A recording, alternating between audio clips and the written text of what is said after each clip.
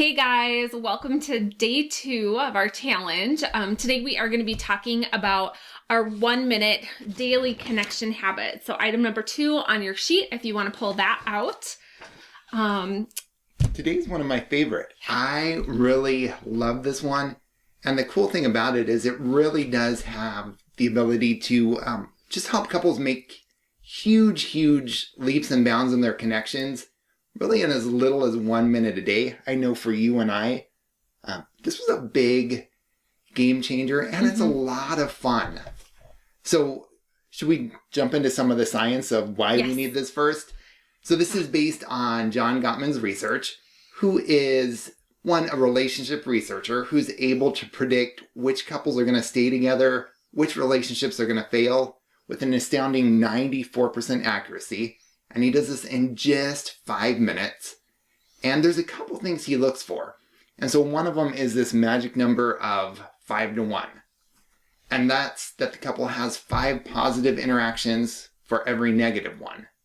So the whole idea is, those big, long connection moments are awesome.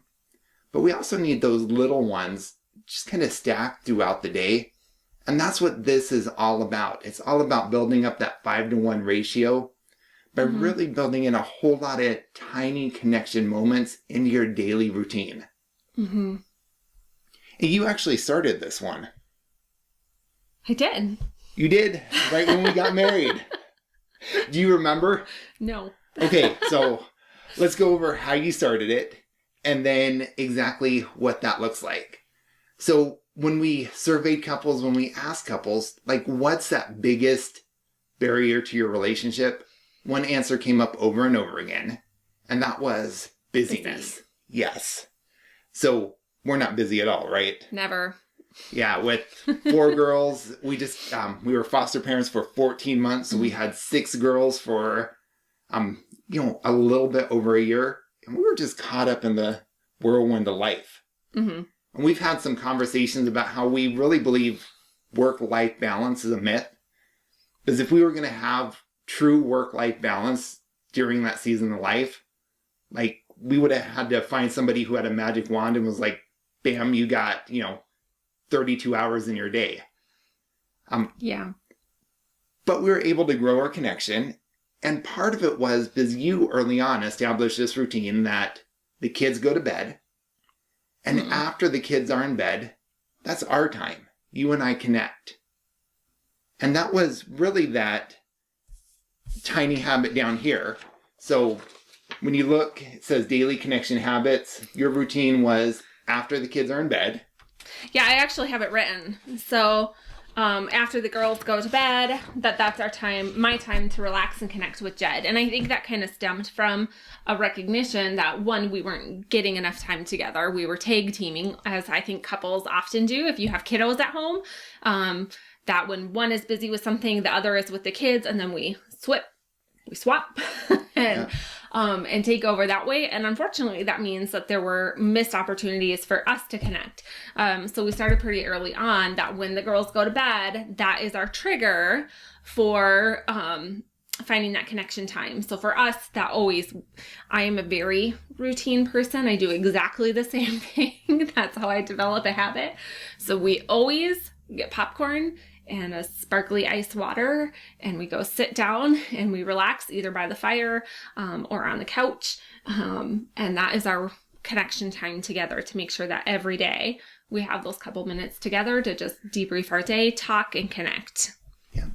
So that one we might call our 1 hour connection habit, because usually that's a longer period of time. But let's make this easy. Let's turn this into a 1 minute connection habit. So I think it was probably about a year ago, you had this conversation with me where you said, Jed, I love that you write. And my habit was wake up every morning, 4:30 a.m., brew a pot of coffee, sit down at my computer and start writing. And not stop until 5 p.m. But the biggest challenge was you said, Jed, you're in a whole nother world, which I absolutely was, because we have 4 girls, and the only way I can focus on anything is just to get in my zone and stay there. But you would come down and I was completely tuned out. Yeah, and it became a kind of a pain point for the two of us, that you were trying really hard to work and get work done to take care of our family, and I was trying to connect. And so we were kind of in two different gears at that point. Yeah. So here's the new thing that I did is first time I saw you in the morning, I use that as my trigger. So after I see Jenny in the morning, I close my laptop, I stop what I'm doing, and the two of us connect. Yeah. And it's been good, I think, right? Yep. And that really truly is a 1-minute connection, that we do a quick hello, and then oftentimes Jed gets back to his work and I get into my morning routine, but we're starting off the day. He's very intentional. As soon as he sees me, it closes.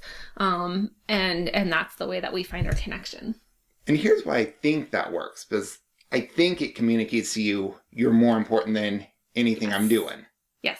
Which you always have been. Like, you're always more important than any writing or project. But I think for couples who are watching this, just knowing, I think it was just kind of that physical reminder or that action of, yes, you really are more important. Mm-hmm. It really comes back to that idea that it's true that actions speak louder than words. I knew Jed cared about me, but when I came down and tried to say hello, and I could tell that he was distracted. I mean, he never ignored me. He always responded, but he was in his zone. He was busy, and so I would feel a disconnect. Yeah. Yeah.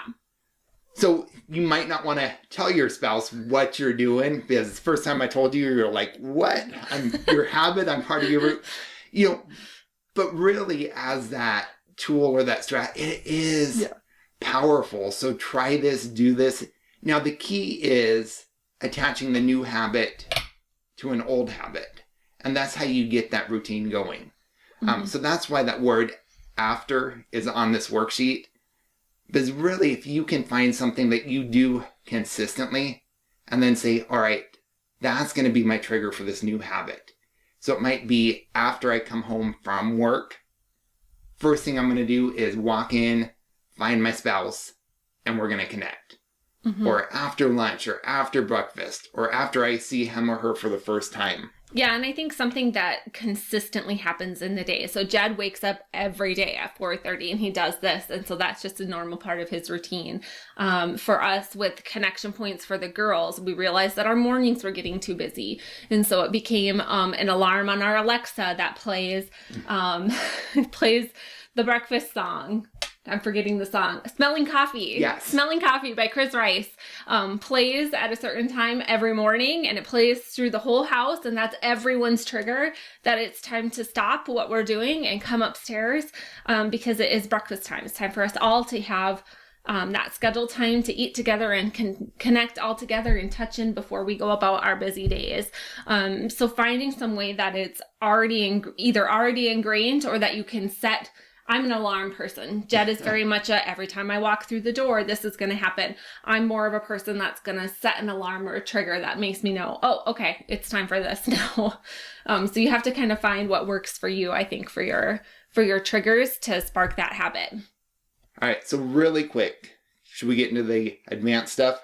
Yeah. All right. So to really make this fun, you take it into the habit stacking. And you can do this as a couple or with your family. So you had mentioned our morning routine. Mm-hmm. And this is, I think it's genius, because we stacked a whole bunch of mini connection habits on top of each other. Then you hit that 5-to-1 ratio super quick. Mm-hmm. So Alexa plays Smelling Coffee by Chris Rice. Everybody sits down at the table, has breakfast. After everybody sits down at the table, we all share 3 things we're thankful for.